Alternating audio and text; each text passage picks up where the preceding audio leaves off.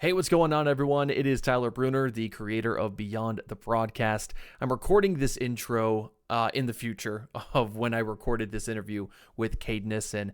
Just wanted to take a quick moment and stand with the rest of Kansas City and say I am heartbroken by the news of what happened on Wednesday right after the Super Bowl parade in downtown Kansas City. What happened on Wednesday really was hard to hear. One individual lost their life, and of course there are multiple others that are in the hospital right now with injuries. We want to thank local law enforcement, local paramedics for doing everything they can to assess the situation and act swiftly. Okay, enough about the sad stuff. We're going to continue, so enjoy episode number 2 of Beyond the Broadcast.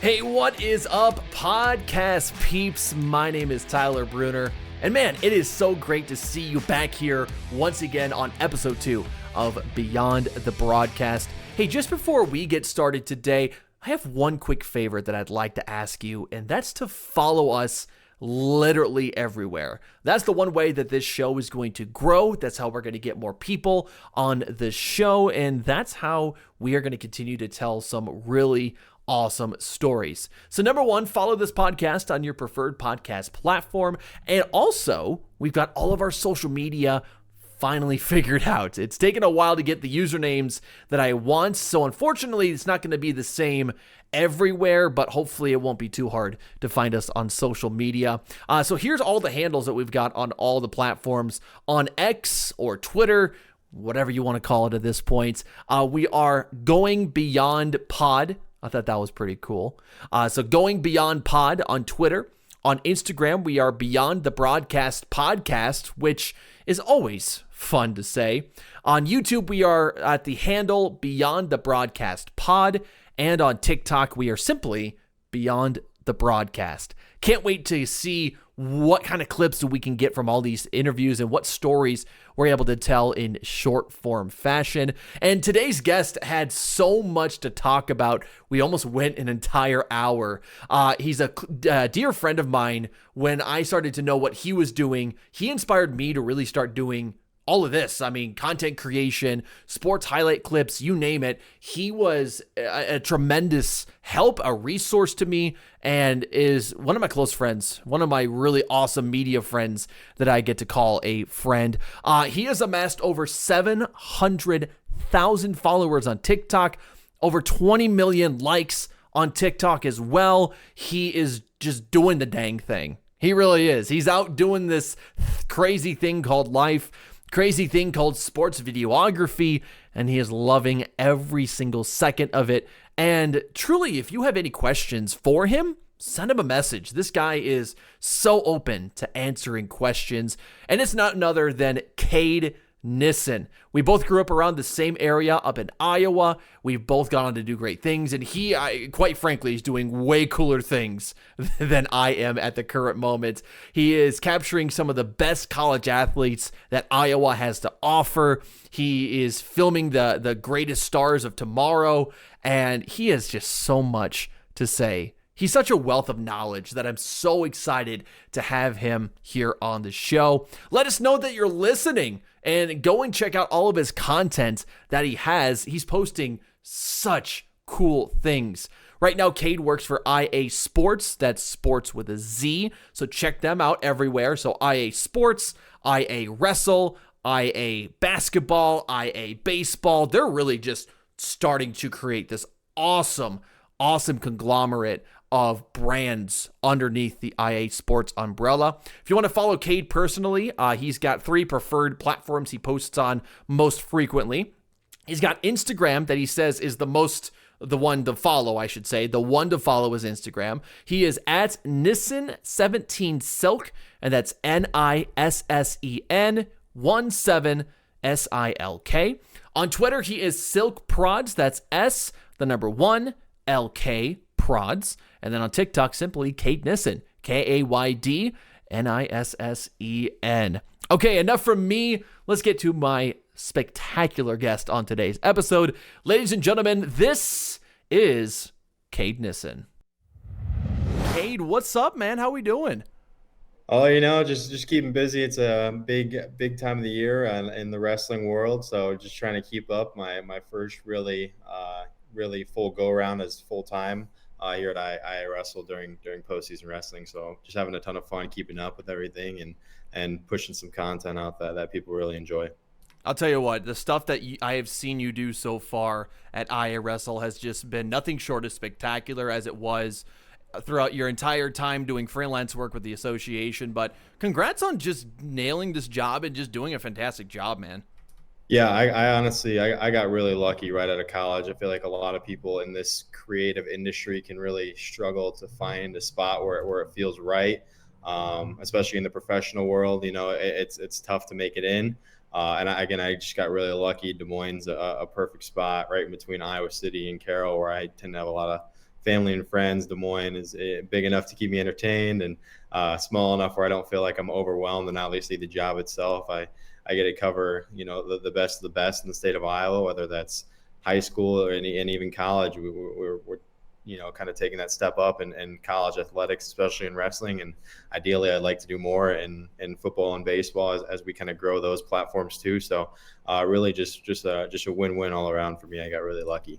Yeah, absolutely. And you say lucky, but I think a lot of us, especially us in like the media sphere, we work so much towards our craft and we get in these moments, and some people might say it's an overnight success, but your whole story getting to this point is anything but an overnight success, my man. Yeah, true. It's been a lot of time. It's crazy thinking back to when I first started posting on socials and TikTok and whatnot. It's pretty wild thinking about how far I've come and how far my work has progressed. And I kind of look back at my first few projects and I'm like, man, like what did I see here? So it's just crazy kind of coming full circle and kind of getting to a point where this is my life every day, in and out. And I really do love what I do. For some people that don't know, we both grew up in almost the exact same town. I was Arcadia, you were Carroll. So basically, for people who don't know what Iowa is, it's essentially the same town. But Yeah. you started something quite awesome at Carroll High that again has now developed into your full-time career. Talk to me just about how Tiger Vision got developed and how it's become what it is today. Yeah, I've told the story a few times, and I don't think people realize that I really did not want to do it. Mrs. Beeson, she was the Tiger Vision instructor at the time, and I think she was looking for kids with this type of knack, and I didn't even know I had this at the time. I had no clue. I'd never touched a camera. I just was really sporty and into all that stuff.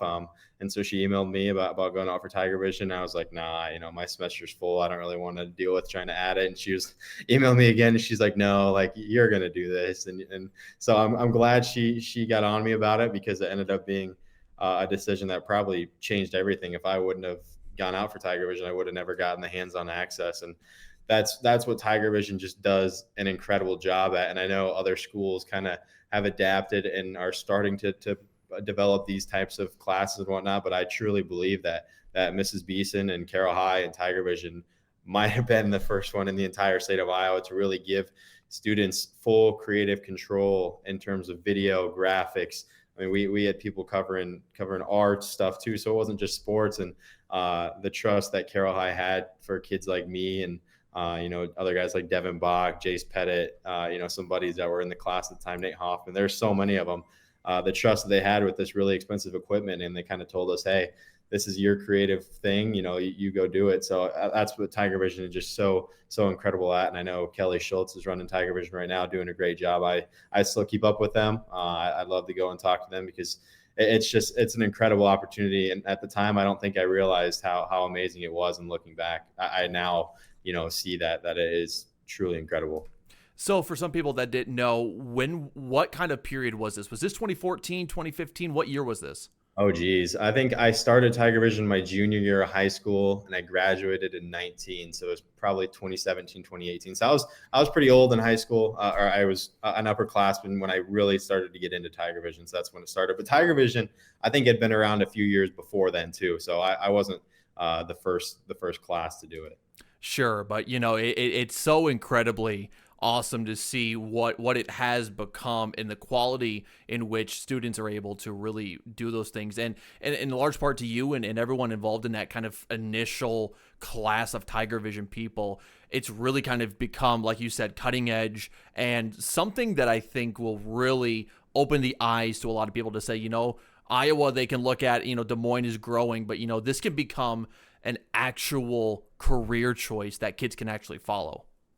Yeah, I think that's kind of what I'm trying to show some kids. You definitely have to have a love for it. It's not something I don't think you just get into just to do. I truly loved it, and I think a lot of kids can truly love it once they really find their knack. I was the type of kid who loved to play the sports, but in the end I knew I wasn't really going to play basketball, football at the next level. But I still really, really enjoyed being around my friends who did play at the time. So this was a perfect opportunity for me to kind of promote them and give them the exposure that they deserved. And I think that's one of the coolest things looking back is I can pull up old videos and old clips and old highlights, and our grade, we're just getting older. We're almost hitting our 5-year anniversary, so it's just going to be so cool for all these kids that performed for Carroll High to have this content that they can look back on. And hopefully this archive is just going to continue to grow as Tiger Vision currently gains their database and their footage and everything. It's just going to be really cool to look back however long from now and be like, wow, these 2019 football, basketball teams, all these videos that they can use. So I think that's really cool. And it's something that not a lot of people think about in terms of what it brings. So obviously you go from learning you have this knack for videography and video editing. How does that evolve into Silk Productions and what you've been up to the past 5+ years? Oh man. Yeah. Right after high school, my senior year of high school, I knew I wanted to continue doing it. So I got lucky. There was a job opening at Iowa football. I got in with them, kind of doing something a little bit differently. I wasn't really doing the social media side of things. I was more helping with coaches film for what the coaches and players would study during the day and whatnot. So not quite the social media aspect, but it still taught me to be a part of a team, showing up on time. And it still gave me that ability to work in athletics, especially at such a high level in Division I, which was incredible. And on the side, I still had school, but I was doing a ton of freelancing. That's really when I'd say myself and my name came out there. It was really tough moving from Western Iowa and Carroll, where it felt like a lot of people knew me, to Eastern Iowa, where I wasn't really that big at the time. I was still pretty small. And when I said my name, nobody knew who I was because I was from Carroll, so it was really tough kind of getting my name out. I was doing a lot of stuff for free. It's a huge thing, huge tip I got to give people who are new is you got to be able to work for free until you build that portfolio and feel comfortable enough to charge clients, because charging clients is a big responsibility, and you got to be as professional as possible. So I did a lot of stuff for free. And then lucky enough, a few years down the road, I ran into Clear Creek Amana, who was an incredible client. Iowa City Regina, they were an incredible client. Iowa High School Athletic Association, they were probably the best at the time that I had. And even IAWrestle, I freelanced for them my junior or senior year of college, and that's how I ended up working here. I must have done a good enough job and built a good enough first impression. So these clients, these freelance, when you're freelancing and you got these clients, you don't think much of it at the time, but you never know, it could bloom into something incredible. I mean, I've gotten to work for Adidas, and I flew out to Arizona to film for a company. So it's just, you never know where you could end up and where you could go. You just got to keep an open mind. And I feel like I always try and keep an open mind. And I did do a good job of keeping an open mind while I was in college, and kind of just accepting anything and everything I could film. And I love the fact that you bring up just that quick tip. You sometimes you're going to have to do some stuff for free. You're going to have to do a lot of work in the background, build that portfolio. And in a lot of ways, it for people who are really wanting to get into this business and really want to get into making really cool sports highlights or commercials, it's a lot of that. It's the process you got to learn to really love to get to the point that you're at, that I've gotten at. I mean, we both understand that hard work comes from a lot of just repetition and going out and just doing the work. Yeah, 100%, especially when your name is not as known, and you're not someone that you're not just well known in the area. You got to be able to go out and do stuff and put your name on the map. So that's a huge tip, and I can't stress that enough.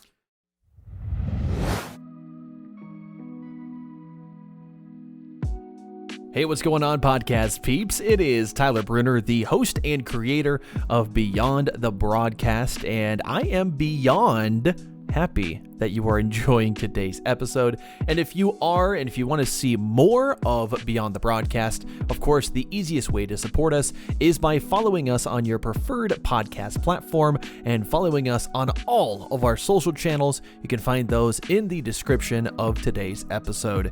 All right, we got some more lo-fi hip-hop and plenty of more Beyond the Broadcast coming up next.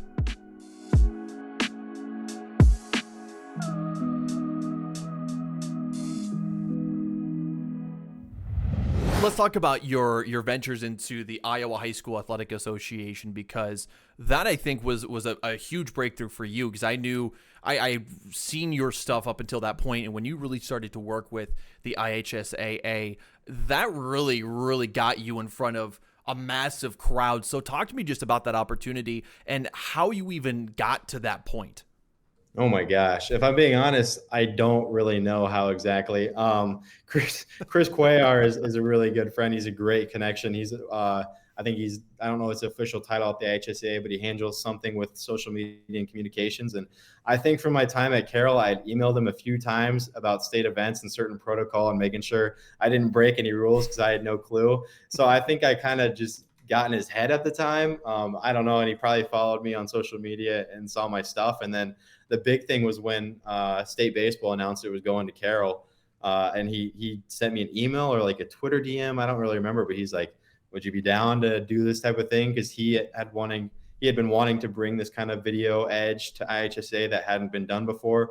I was kind of the perfect just into the freelance world. So I wasn't like a big dollar person. It was a perfect experiment, I could say, for the first year of state baseball, and it went pretty well. And their socials, I think, reflected that. The kids participating really liked the videos, the parents liked the videos, and that just became a thing where I would just be on rotation in college whenever a big state event would show up. I think I did baseball 2 or 3 times for them. I did football 2 or 3 times, and I did basketball multiple times for them. So that was just an incredible opportunity. And again, one that I don't think I understood at the time how big it was, because Iowa High School Athletic Association is about the biggest thing you can do in the state of Iowa as far as high school sports. So it was really cool being able to film those state events and put the biggest and best athletes in Iowa high school, on my page and get them to know my name. And I don't think people outside of Iowa really understands how serious people in Iowa are about high school athletics, because you talk about, Merchants Park. It's one of the most historic parks in Iowa. It maybe seats 1,000 people at best, but the intensity you feel at these state events is so genuine and so sincere. It's almost, the hairs almost stand up on the back of your neck just thinking about it. Oh yeah, it was incredible being able to experience that. And I think another thing that helped me set myself apart, and a kind of a tip I have for young people, is being professional in these environments. I don't even know. It's almost like when you see it, it's wrong. Like you're celebrating, just keeping a composure to yourself and not really letting the moment get the best of you. And even on social media, making sure you're not posting inappropriate things or bashing the IHSAA, because they're a place that gets a lot of flack. So they know that. So I think a huge thing people need to know is that what you post on social media, whether you're joking or whether you're not, always is going to be there. And so just maintaining a professional experience on social media is going to help set you apart for these big clients. And I think that's another reason that IHSAA was able to trust me, is because I was as professional as I could be. And, you're a media member. So there's just certain rules, and I was really young at the time. So learning those rules on the fly were interesting, and I learned a lot. So yeah, those state events were some of my best memories in college, covering those. Yeah, and that's another really great tip, and something that I think a lot of young people, whether they get to college and learn this or they learn this early on doing stuff for freelance work, is that communication is so key. Learning how to speak professionally. You don't have to write this, Mozart-esque essay to people, but it's definitely learning how to communicate effectively, because you never know, one little slip up and things can really mess up. And again, like you said, that social media presence, keeping it positive, keeping it, understanding that people are always watching, because like you said, the IHSAA always watches. Right. Yeah. I mean, they want someone as professional as possible representing them. And I think it's tough sometimes when you know a kid or you're rooting for somebody to not like get caught up in the moment. But no, I think that's a huge tip that I can't stress enough, is just being as professional as possible. So now you've been at IASportz for just, I think, over a year at this point, just over a year at this point, right? Yes. Yep. Just a year, February 1st. And I think one of the biggest moments, and I want you to walk me through this because I think it was you behind the camera. There was an infamous moment in wrestling, I think just this season, and I cannot remember the wrestler's name. I should have done more research on this. Guy gets up, punches him, does the splits, flips the bird. Talk to me about that moment. Oh man, that was wild. I actually was not behind the camera. I had a buddy, IAWrestle buddy, shooting the event, and I would have the SD card, and I was the one that would run and go edit it quick. So if anything, I was just as in charge of posting that. And I think that it's a great teaching moment, because at the time I even didn't know what to do. There's some moments in sports where you're just like, is this professional for me to post? What is our role as IAWrestle? And at the end of the day, I had a good talk with my boss at the time, because I also don't want to post something that he doesn't want envisioning or representing his brand. And at the end of the day, it was one of those things where it's like, we're a news outlet, and we're going to put the facts out there, and the people can, get whatever they want out of our content. But if we're just pushing it out, there's nothing wrong with that. But I mean, I think that is an incredible point. There's some moments in sports where you're like, is this worth posting? I remember filming for the IHSAA when a kid would strike someone out, and they do like a celebration that, wasn't really inappropriate, and kind of mocking the kid. And I had to think in my moment, I'm like, wow, that was pretty cool. As a videographer, I'm like, wow, that'd be pretty sweet. But I'm also like, I'm representing the IHSAA. That's probably not something they want representing their image. So, you cut that out, or you don't post it all. So no, that's an incredible topic of conversation. And it's really just a moment to moment thing where you kind of have to make that judgment choice of like, is this what we want representing our brand? And that specific moment, we're a news outlet, and we're not really tied specifically to anybody. So we wanted to put that out there for people to, gather what they wish, because it was such a huge moment. But no, that's a great question. And it's one that I probably don't even have the specific answer to. It's tough. It's not easy. Because I think the way you guys handled it, you're like, okay, that just happened. Here's what happened. We're not going to sugarcoat anything. Here's the information. You take it how you want. Who were the two wrestlers that were involved in that altercation? It was AJ Ferrari and Zach Glazier. But yeah, there we go. That was, and it's another one of those things too, where there's tons of other media outlets there, and they're going to post it. So, I mean, it's not a dog eat dog world, but being one of the first people to get that out there is so crucial, and can help grow your brand. It's hard to fathom what that means, but really being the first to that type of stuff is huge. Yeah, absolutely. We both come from an editing style, because I know I watch your stuff, and it's not to the degree of what all these other people are doing with all the flashy, quick editing that you can't really tell what's going on. So talking about just your editing style, you're very much capturing the moments and showing the moments as they happen. I remember vividly all the stuff you did recently with the football championships throughout that whole entire week. Talk to me just about your editing style and how you approach some of these projects. Yeah, I think there's a certain art to the long form, and don't get me wrong, I love making my yearly reel. I still have to do that. I'm doing that after wrestling season, because that's kind of when my year ends. But I love the long form stuff. I love the hype videos that I did for Clear Creek Amana. But what I've learned from working with IASportz is that people's attention span is not very long, and they want to see something within the first few seconds, and they want to grasp it. And how I do that, I've really put a focus on reel style, like short form content. Like you said, at those state tournaments, I'm going to put the highlight out there, and I'm going to leave it at that. Sometimes people try and get too heavy on the edits, when really it's just these simple 13 to 20 second raw clips that just do so well. And sometimes I'll put music on it or whatever. That kind of will depend. But I'm really starting to learn and advance myself in this short form style, because at the end of the day, I'd rather put 5 short form things out there than one really long form thing that takes me forever. And if it doesn't do well on social, then I'm out all that time. But when when I'm throwing these darts, these short form darts, some of them are going to hit, and especially with big names in the video. And, that's what I'm leaning towards nowadays. But don't get me wrong, I love the long form stuff. I love sitting down and adding all those cool effects. But just for time constraints, I've been loving the short form stuff.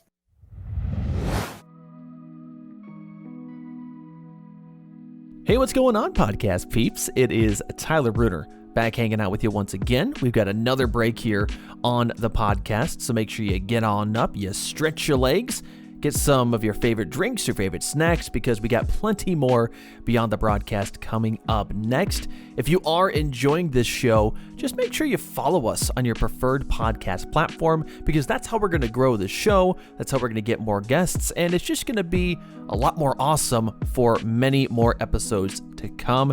Also, make sure you follow us, subscribe to our social channels. You can find those in the description of this episode. All right, we got some more lo-fi hip-hop and plenty more Beyond the Broadcast coming up next.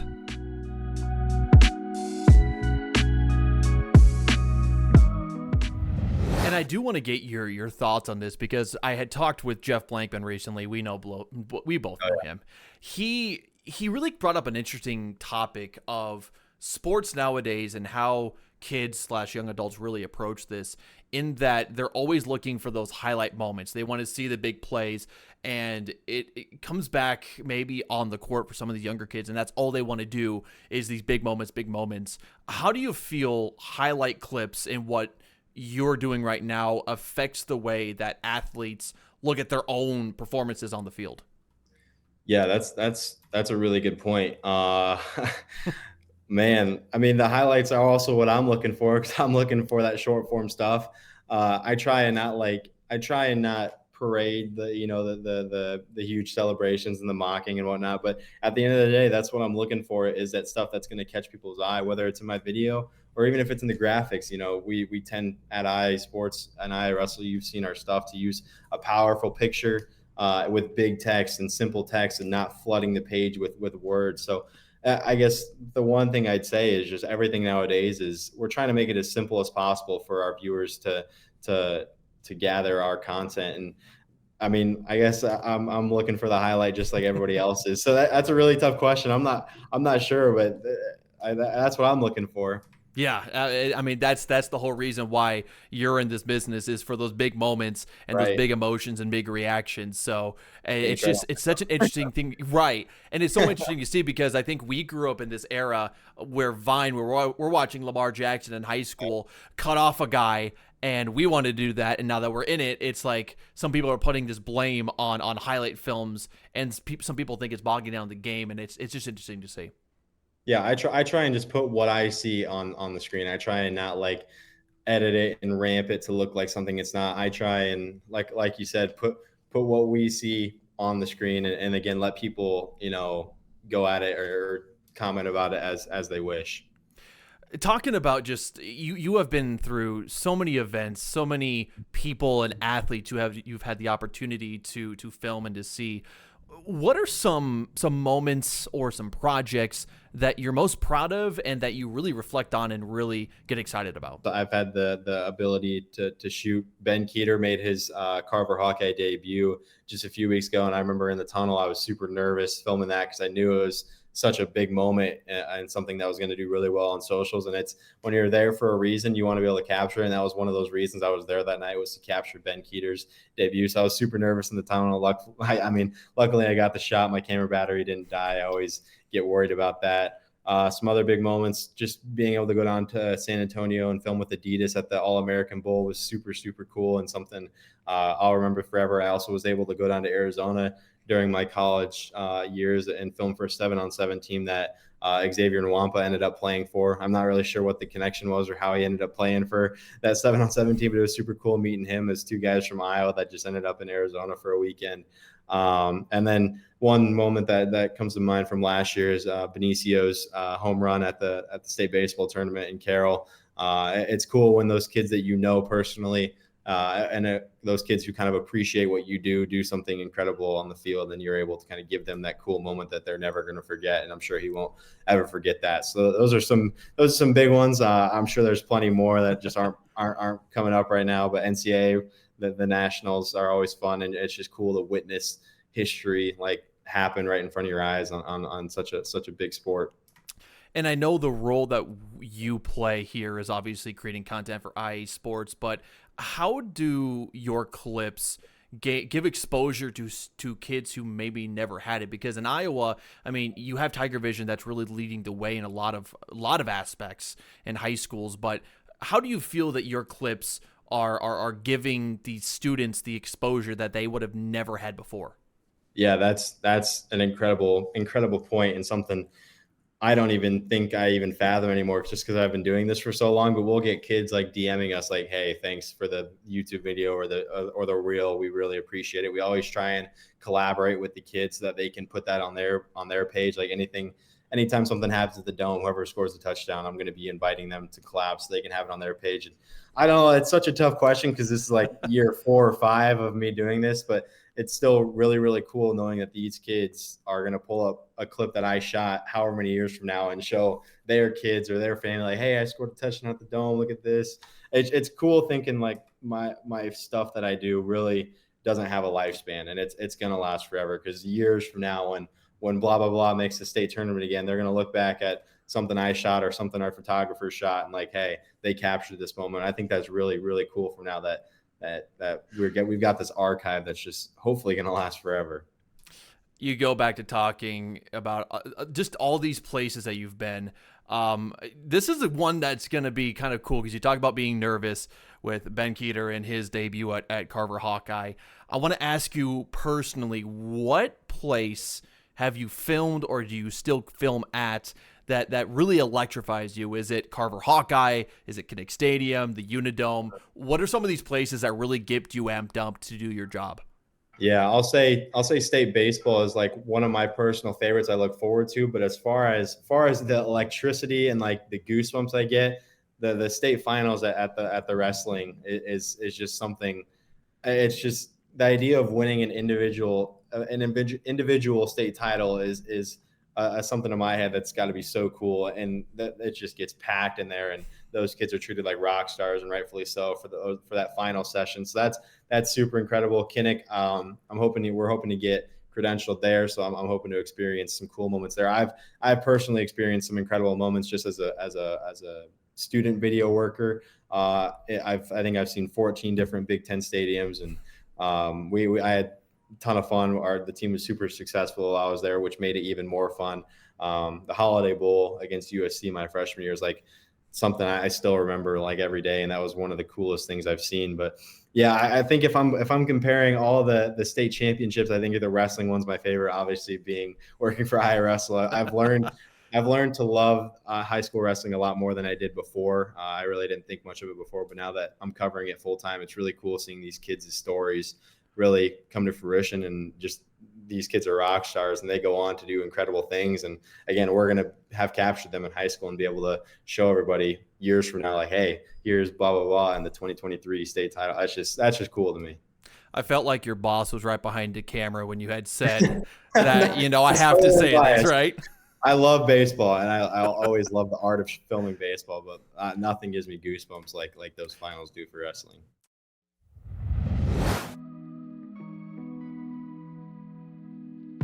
Hey, what's going on, podcast peeps? It is Tyler Bruner, the host and creator of Beyond the Broadcast, and I am beyond happy that you are enjoying today's episode. And if you are, and if you want to see more of Beyond the Broadcast, of course, the easiest way to support us is by following us on your preferred podcast platform and following us on all of our social channels. You can find those in the description of today's episode. All right, we got some more lo-fi hip-hop and plenty of more Beyond the Broadcast coming up next.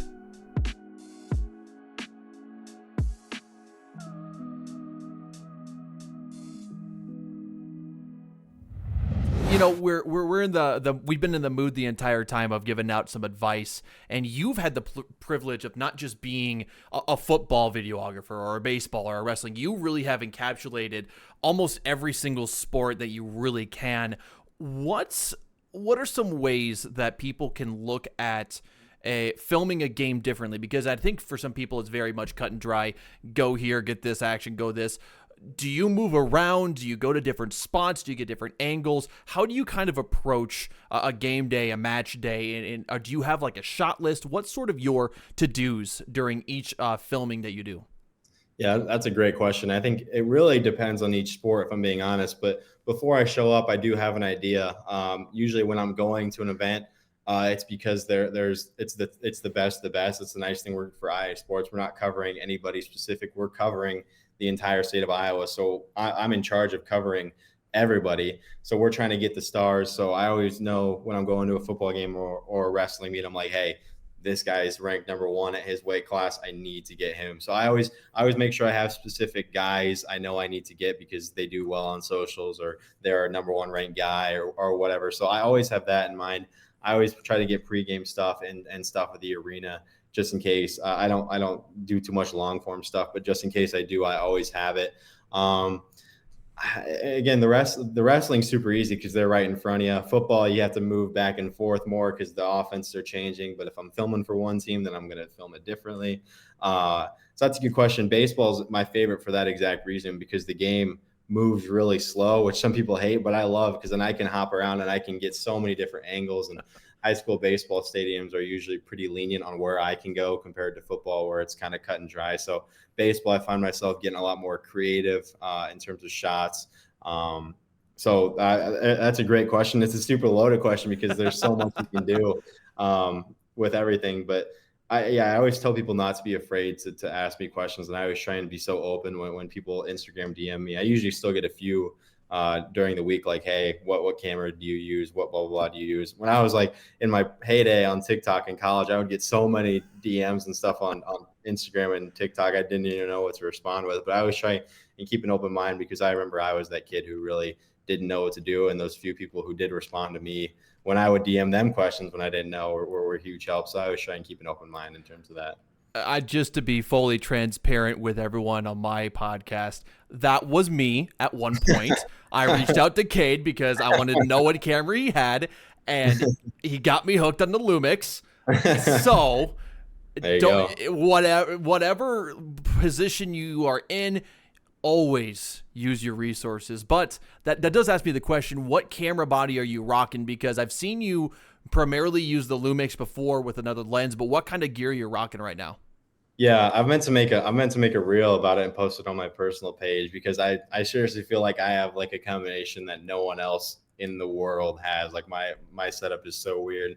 I've got the Panasonic GH6. I really just moved to that from the GH5S because I love the GH5S and didn't want to get away from anything. I'd say next I'm going to move into something more like a Canon or so, or, someone more stable because Panasonic's pretty small. But I've got my biggest purchase ever was a Canon full frame lens. It's a 28-300. And that's what I use for everything in the past 2 years. Everything you've seen from mine has been used from that. And because it's a full frame lens, I have to have a converter. I don't really know the science either. I was just following whatever I was reading online. So there's a little converter that was like $700. So the setup is really expensive, and that's the tough thing about this type of industry is it's at the end of the day, it's pay to play. In some things, I mean, there's a lot of budget options that people are aware of, and there's some incredible budget stuff. But at the end of the day, I always tell myself if it's cheaper than another product, there's probably a reason for that. I've gotten kind of gypped on cheap batteries or cheap attachments, and then they come in the mail. I'm like, oh, this is why this is $12 and not $80 compared to what the actual thing is. So that's the one thing that stinks about this industry is you have to be able to be willing to put the money into it. But I promise you, if you put the money into it and your stuff is quality, you're going to make that back and more in terms of clients and the overall, just everything you do. So that's the tough part. That's the one thing that sucks. Yeah, it is. And I think that's the hard reality for a lot of people getting into this. But I think also the encouraging thing is the place we are in 2024, especially with just the cameras in your pocket. I mean, just getting a start with that is something that I think is so crucial for people to understand, is that, you can start making content right now with something that is in your phone. You don't need to go out and get an expensive camera. You can always save up for that and get some of those budget options, but you can just start making stuff right now with what's in your pocket.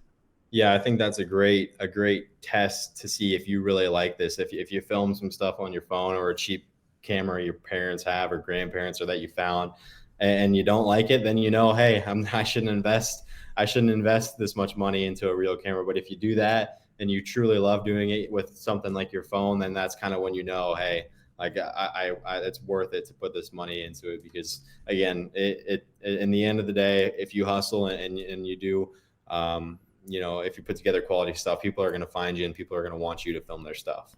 Yeah, absolutely. Since we're on the conversation of accessories and gear, what are 3 things that you cannot live without in your camera bag?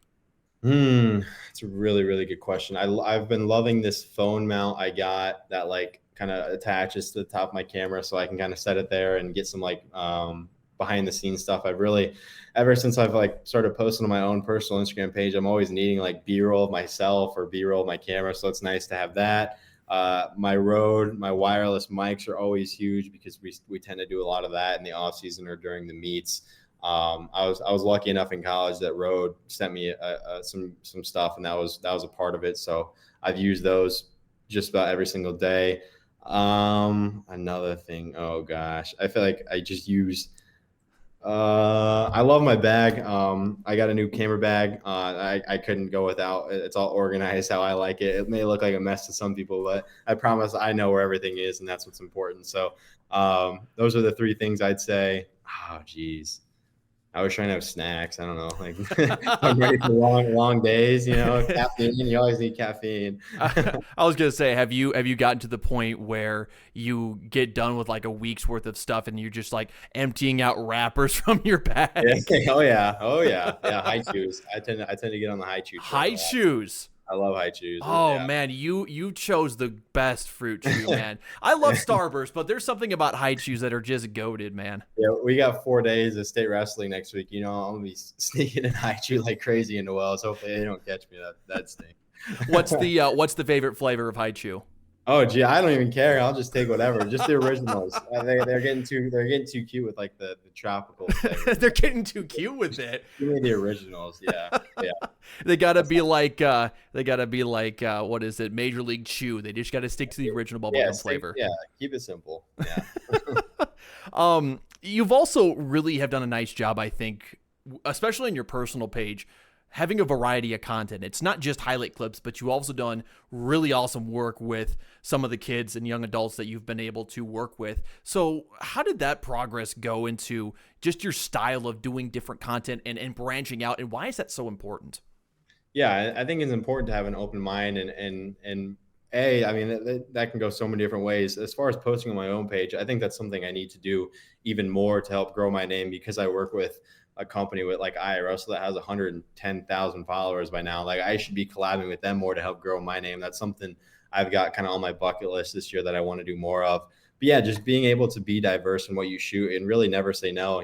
My boss will sometimes need me to go shoot interviews or whatever. So just always being open and kind of like what we talked about in the very, very beginning, always saying yes to stuff right when you're starting out. I know I've shot a few weddings by now. They're not my personal favorite, but they help me, learn to be professional, learn to get my shots that I need, go back and get everything done. I did a commercial for the city of Carroll. So just kind of a perfect lesson is trying not to say no to stuff unless it's something where you're overwhelmed and you can't take it on. That's totally different. But in terms of just shooting different things, always having a variety of stuff under your belt will help you down the road, because eventually you're going to need to do something else or do something that you're not comfortable with. Well, and that's the big thing too, is just, you learn how to get in different environments and different things. And if you come to some client who's like, hey, I've got this home improvement project, I'd like some before and after photos. And if you did something like that before, you can come up to them and be like, hey, I've done that, and here's the proof. And speaking of just the proof, I mean, I think it's easier said than done of building a portfolio. You and I kind of use the same app, gondola.cc, but including that, what are some other ways you would suggest people post their content and start to build that portfolio? Yeah, I think that's a huge thing, is just posting your content. I feel like a lot of people do some incredible stuff that are either through a client or whatever, and they just don't post it. But posting it on your own page automatically sticks it to your name. I know when I was in college and I was freelancing, I had a website. I think I went through Wix, and I would pay for the domain name just because I wanted people to have somewhere to go to see my stuff if they wanted to, branch out into me. I always wanted to get the little business cards, but I never did. But even if you don't want to do that, just posting it on a YouTube, throwing it in playlists, looking organized, looking professional is so key, so that when someone emails you and says, hey, I might be interested in having you do this, can you show me your work? Boom, you just have a link and it goes there instead of having to send separate files or whatever. So having everything in one place is super nice. Gondola is a huge thing I need to use more. Ever since I've kind of gone full time, I've kind of shut all those stuff out because I'm not really looking to go anywhere else. But those were incredible tools while I was freelancing and not sure where I was going next. Were websites, Gondola, social media pages, YouTube, just anywhere where all your stuff can be in one spot and easily found.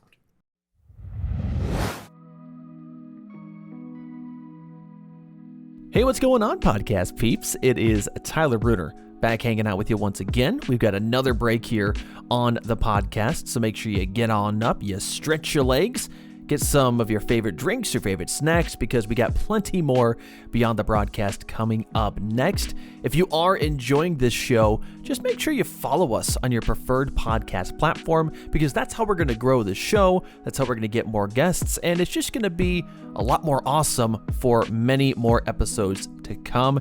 Also, make sure you follow us, subscribe to our social channels. You can find those in the description of this episode. All right, we got some more lo-fi hip-hop and plenty more beyond the broadcast coming up next.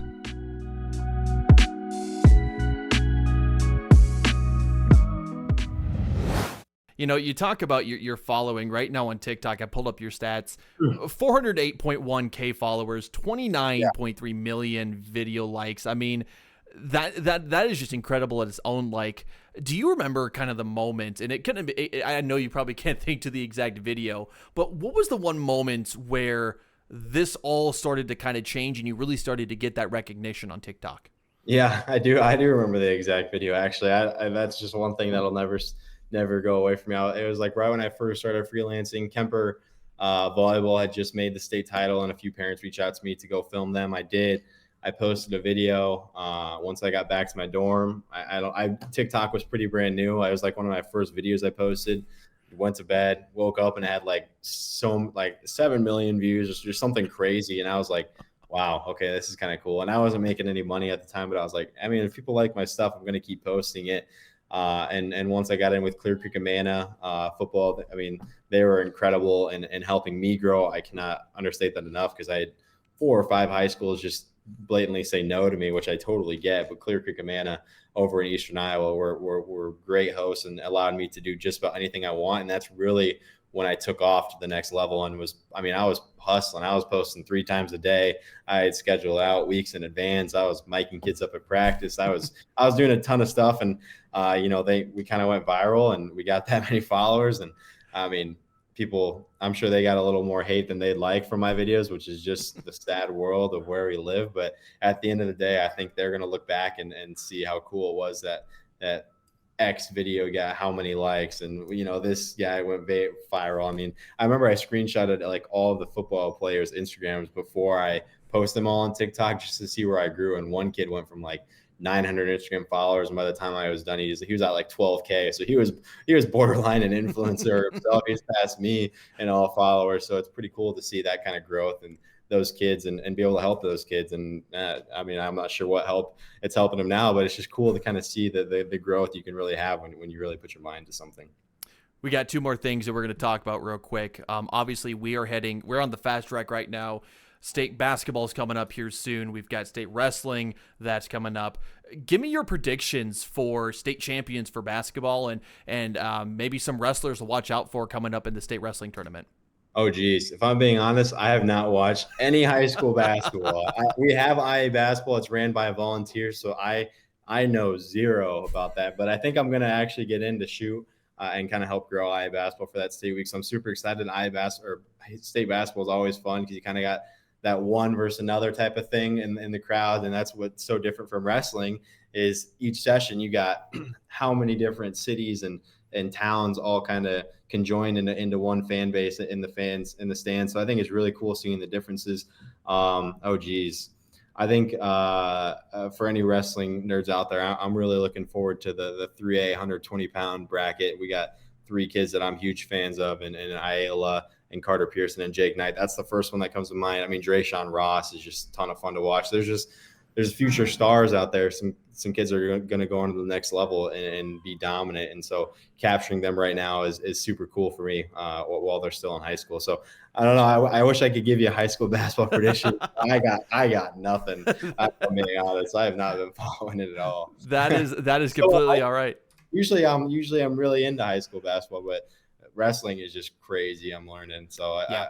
that's where all my focus has been. And but nevertheless, I'm excited. I think I'm going to get in for state basketball, so I'm sure I'll see you there. Absolutely right. One other thing too, just talking about the tremendous amount of athletes that you've been able to cover. Is there one that you were really excited to shoot that you knew that, coming into one you were able to do? What are some of those athletes that come to mind? Oh man, I think the first one that comes to mind for me is Spencer Lee, because it was my first trip to NCAAs. And so I really had not been working with IAWrestle for long, and I was like, man, I'm going to get to see Spencer Lee in person. I remember filming him just walking out of the tunnel. I'm like, wow, this is pretty surreal. Like, this is the guy like a lot of people look up to, and I'm just standing right here next to him. So that's the first one that comes to mind. But there's just so many. I'm excited to see Ben Keeter grow, and even these high school kids, the top of the top. I mean, they're going to go on to Iowa in these next levels.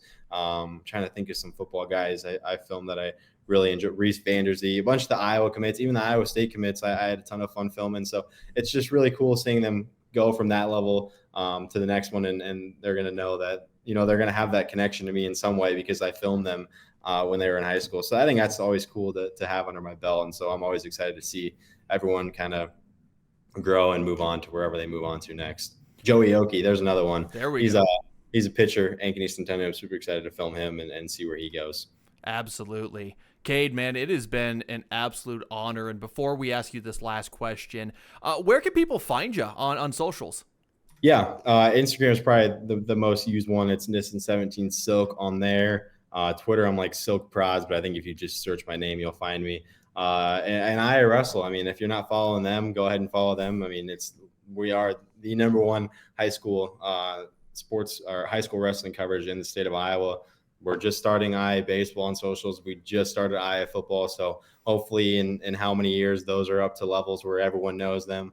But IAWrestle is huge. And if you're not following that, I definitely recommend tons of great content coming out on those platforms too. Cade, man, it's been so great to pick your brain on all this stuff. Yeah. And before I get too far with this last question too, I want to say thank you for just being you, being so awesome, being so open, and I mean helping me out, because a lot of the reason why I'm here in Kansas City and I'm doing what I'm doing is because I really got inspired by what you were doing and really kind of this grassroots starting and getting to where you're at. Just thank you for being so awesome. Yeah, no problem. And everyone starts somewhere. I mean, I'm inspiration to some people, but at the end of the day, I was inspired by people that I grew up following on social media. So it's just crazy how it's that chain reaction. And if everyone can kind of keep an open mind and be able to answer questions, sometimes people think they're holding something that really is secret, but really nothing's secret. And I've kind of learned that, passing my knowledge down to other people is only going to help them and only going to help me build connections. So it's huge, and it's super cool to think about. Absolutely. Man, one last question for you before we let you go. This whole show is about going beyond what's asked of you, going above and beyond and being the best you. So what are 3 reasons that you go beyond in life? I think one up first is just being an inspiration to people. Again, like I said, always being able to answer questions when people ask me. 3 reasons. I always try and just keep an open mind. I guess that's another thing. That's really tough. 3 specific things, man. And I think the biggest one for me is just being able to being open to answering questions. I get so many of them from people. I meet so many people at meets, and just keeping an open mind and always open to meet new people. Too many connections is not a thing at the end of the day. You can never have enough connections. And at the end of the day, it sometimes is about who you know and not what you know. So keeping an open mind in terms of always meeting new people, doing stuff for free, going the extra mile for someone, it could pay dividends down the end, even though it doesn't at that point. So I just can't stress enough to always be open, always be social, always be a good conversationalist, all while, maintaining professionalism and representing yourself in a positive way. Cade, man, absolute pleasure to have you on the show, man. I cannot wait to have more conversations with you. And before I let you go, I got to say this, go Cubbies. Oh man! Hey, at least baseball's back. I can respect it. As long as baseball's back, I don't care who I'm watching. I want to be able to just sit down and watch baseball at night. So fine, go Cubbies, whatever. Cade, man, it's an absolute honor. Thank you so much, man. Yeah, no problem.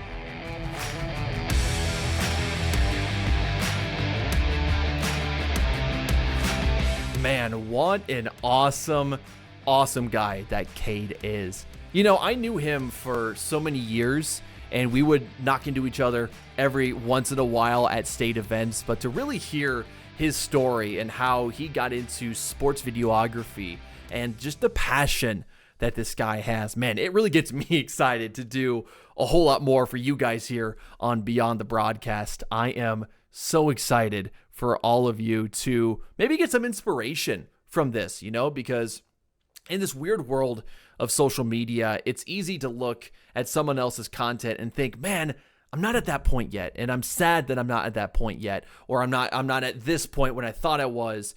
Whatever kind of, negative thoughts or whatever's going through your head where you don't think you're good enough, you're good enough. Just go out and do the thing. And you know what? A year from now, you're going to surprise yourself in what you're going to be able to accomplish and what you're posting and what you're putting out. It's a very stressful world to be in social media content creation. But you know what? Stay strong. Keep doing the dang thing. That's my whole slogan for this whole show is just do the dang thing. Just get out and start doing stuff. You might not be the best to start, but we all have to start somewhere. So Cade says it well. I second it every way possible. Go out and do the dang thing and be as professional as possible. And if you have any questions, go send him some questions, man. His DMs are open right now. So go ask him some questions. Go get enlightened if that is what you want to do. And again, follow him on the 3 preferred platforms he is on. Again, that's Instagram at Nissen17Silk. On Twitter, that's Silk Prods, and on TikTok, it's Cade Nissen. If you are wondering if you want to find him more quicker, just look in the description of this video or into the description of this episode. They will be right there waiting for you. Well, that is going to do it for episode 2 here on Beyond the Broadcast. Again, thank you personally, looking at you through the camera and on whatever podcast platform you are. Thank you so much for joining me here on episode 2. Again, you can follow us everywhere imaginable. We do have some different handles on different platforms. You can find those in the description of this episode. On Twitter, it is Going Beyond Pod. On Instagram, it is Beyond the Broadcast Podcast. On YouTube, our handle is Beyond the Broadcast Pod. And on TikTok, simply Beyond the Broadcast. Be good, be great, but always remember to go beyond. Folks, my name is Tyler Bruner, and we will see you next time here on Beyond the Broadcast.